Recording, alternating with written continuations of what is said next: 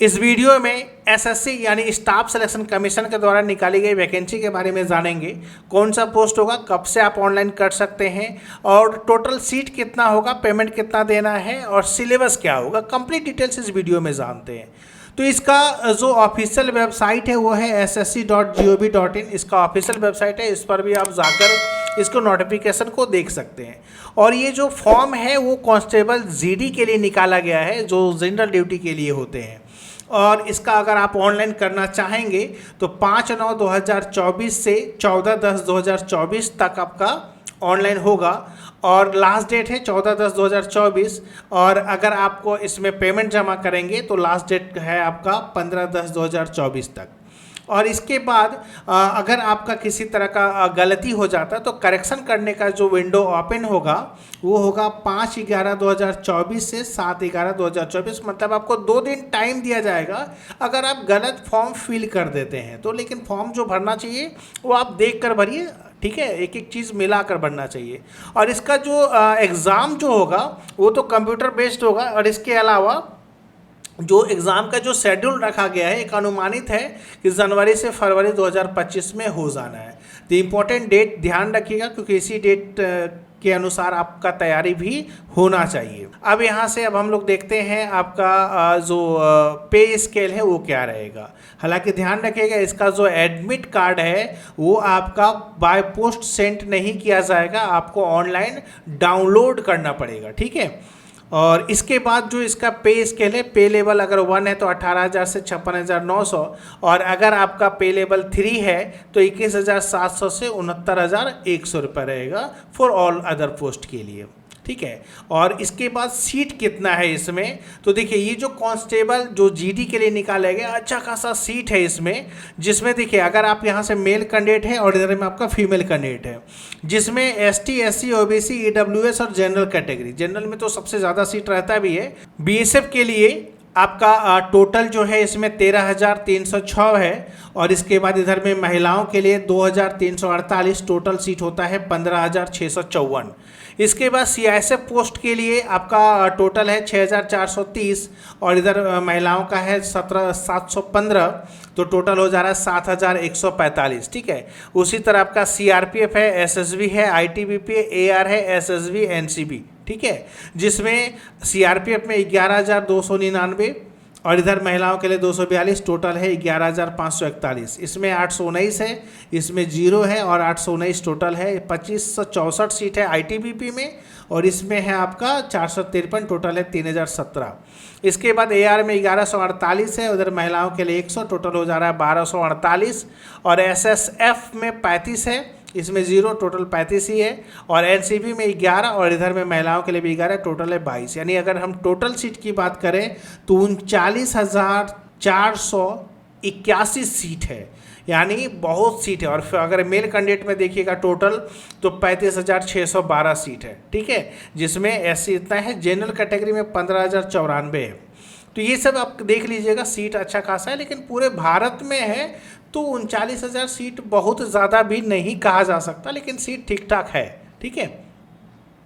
इसके बाद आपका जो तो ये होना चाहिए, क्या बोलते हैं, नेशनलिटी जो सिटीजनशिप होना चाहिए वो इंडिया का। इसके अलावा जो है वो तो आपका डॉक्यूमेंट अपना जमा करेंगे, जैसे डोमिसाइल जो निवास है, ठीक है। और इसके बाद एज लिमिट क्या होना चाहिए, तो एज लिमिट 18 से 23 साल दिया है, जिसमें जो डेट का जो गणना होगा 1/1/2025, ठीक है। और इसमें भी ये कह रहा है कि आपका 2/1/2002 से पहले का जन्म नहीं होना चाहिए और 1/1/2007 के बाद का नहीं होना चाहिए, ठीक है, जनरल कैटेगरी में। इसके अलावा एससी एसटी हैं तो 5 साल उसमें छूट मिलना है, ओबीसी हैं तो 3 साल होगा, एक्स सर्विस मैन है तो उसमें भी आपका 3 साल है, ठीक है। और इसके अलावा जो है और भी बहुत तरह का जो है कैटेगरी दिया है वो आप देख लीजिएगा, ठीक है ना। चलिए, अब ज़्यादातर तो वही सब कैंडिडेट होते हैं जो आपको हम बताएं।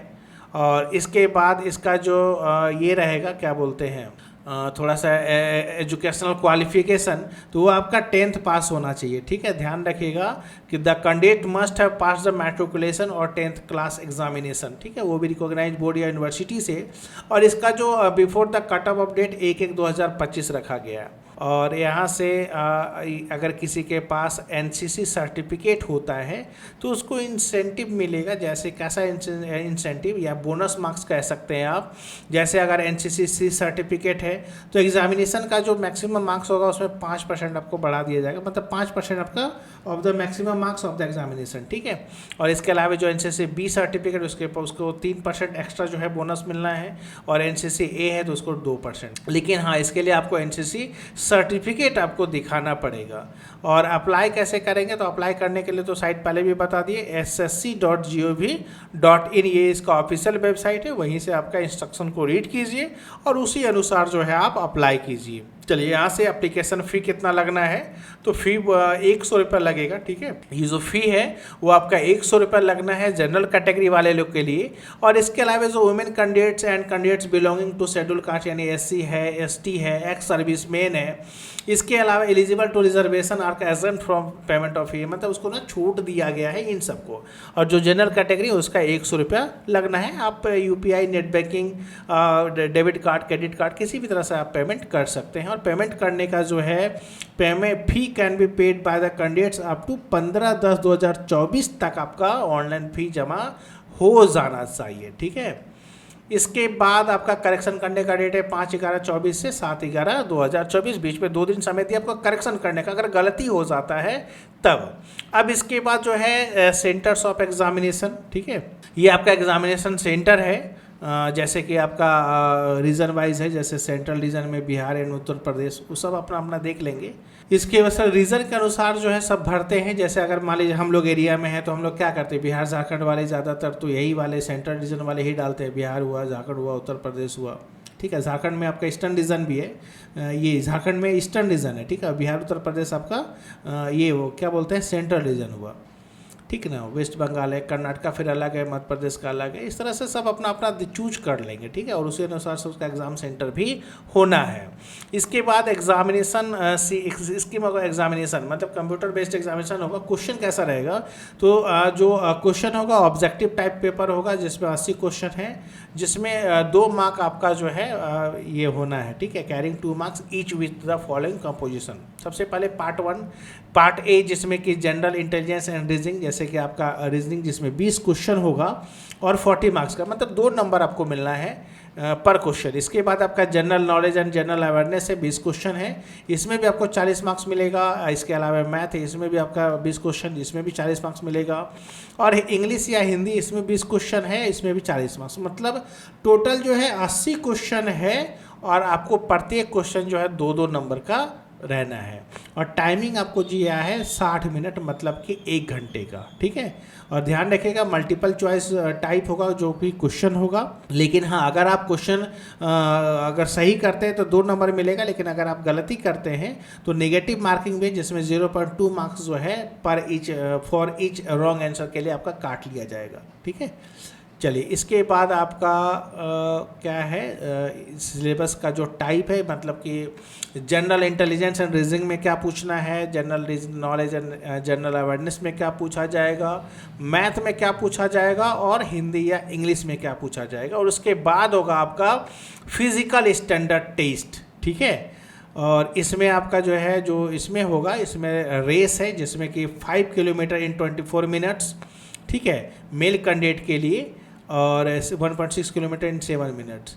इसके अलावा जो है 1.6 किलोमीटर ये तो महिलाओं के लिए है, और ठीक है। और इसके बाद ये मार्क्स में आपका ये दिया हुआ है। चलिए, अब इसके बाद आपका फिजिकल में मेल का हाइट क्या होना चाहिए, 170 होना चाहिए, फीमेल 157 होना चाहिए। और इसके अलावा जो है आपका height to few categories candidates में कुछ कुछ जो है छूट दिया गया है, जो अगर इन सब कैटेगरी में आते हैं, छूट क्या मतलब कम किया गया है। चेस्ट आपका जो है 80 होना चाहिए ऐसे, और फुला के 85 होना चाहिए, 5 मिनिमम एक्सपेंशन 5 सेंटीमीटर दिया है, ठीक है। और इसके अलावा इन सब कैंडिडेट के लिए जो है आपका ये सब दिया हुआ है। चलिए, वेट है आपका। इसके बाद आपका medical examination and document verification होगा, डॉक्यूमेंट वेरिफिकेशन ध्यान रखिएगा, मैट्रिक का मार्कशीट तो लगना ही है, क्योंकि उससे जो एज प्रूफ पता चले, नाम पता चले, क्वालिफिकेशन पता चले, तो इसलिए ये डॉक्यूमेंट लगेगा। डोमिसाइल अगर है वो लगेगा। अगर आप एनसीसी अगर किए हुए हैं तो एनसीसी सर्टिफिकेट आपको देना होगा। इसके बाद अगर जाति से अगर होगा तो आपको वो भी डॉक्यूमेंट दिखाना पड़ेगा, ठीक है। यानी जो जिससे संबंधित है उस टाइप का आपका डॉक्यूमेंट लगाना पड़ेगा। एडमिशन टू द एग्जामिनेशन, ठीक है। इसके बाद आपका क्या है, ये सब एक डॉक्यूमेंट आपको ले जाना पड़ेगा जब आप एग्ज़ाम वगैरह के लिए करेंगे तो, ठीक है। जैसे आधार कार्ड या प्रिंट आउट आधार या voter ID card, driving licence या पैन कार्ड, पासपोर्ट, ये सब कोई एक डॉक्यूमेंट है जो आपका डेट ऑफ बर्थ प्रूफ के लिए रहना चाहिए आपके पास। मोड ऑफ सिलेक्शन क्या कर रहा है कि जिसमें आपका जनरल कैटेगरी, देखिए पहले यहाँ कर रहा है कि जो प्रोसेस है कंप्यूटर बेस्ड एग्जामिनेशन होगा, इसके अलावा PST यानी फिजिकल स्टैंडर्ड टेस्ट होगा, इसके बाद मेडिकल एग्जामिनेशन होगा, इसके बाद डॉक्यूमेंट वेरिफिकेशन होगा। और इसमें भी क्या है ना कि जनरल कैटेगरी 30% जो है आपका दिया है क्वालिफाइंग मार्क्स, ठीक है। इसके अलावा जो है OBC 25 और ऑल अदर कैटेगरी में 20% दिया हुआ है, ठीक है। यही सब सारा था, ये सब सारा पोस्ट है जिसमें कांस्टेबल ही है, लेकिन इन सब विभाग है जैसे BSF है, CISF है, CRPF है, तो इसमें पोस्ट प्रेफरेंस आप चूज कर सकते हैं। जब आप भरेंगे ना, प्रायोरिटी दे सकते हैं कि किसमें पहले आपका जो है होना चाहिए, ठीक है। चलिए, इस तरह से जो है आपका बहुत ज़्यादा कुछ नहीं है, नॉर्मली जो फॉर्म का रहता है बस वैसे ही है, ठीक है। और बाकी तो उम्मीद है आप सारा समझ गए कि एज क्या होना चाहिए, सिलेबस देख ही लिए, पेमेंट कितना है, सीट कितना है, सारा डिटेल तो लगभग आपको मिल ही गया, ठीक है। फिर भी आप एक बार जब इस फॉर्म को भरिएगा तो नोटिफिकेशन आप खुद से भी देख लीजिएगा, ठीक है। नोटिफिकेशन एक बार अच्छे समझ लीजिए। सब फॉर्म भरिएगा तो स्टेप क्या है ना, फोटो खींच के डाला हुआ है, इस कारण से इसका ये थोड़ा सा जो है ना बड़ा है, बहुत सारे पेजेस का है, लेकिन उतना ज़्यादा आपको समझने का जरूरत नहीं है, क्योंकि बहुत लोग तो खुद से भी ऑनलाइन कर लेते हैं, और जो दुकान से करते हैं उसके लिए तो बढ़िया है। तो बाकी 2-3-4 चीज़ आपको पता होना चाहिए, बाकी फॉर्म को भरिए और बाकी तैयारी में लग जाइए। चलिए, मिलते हैं आप लोगों से नेक्स्ट वीडियो में। जय हिंद।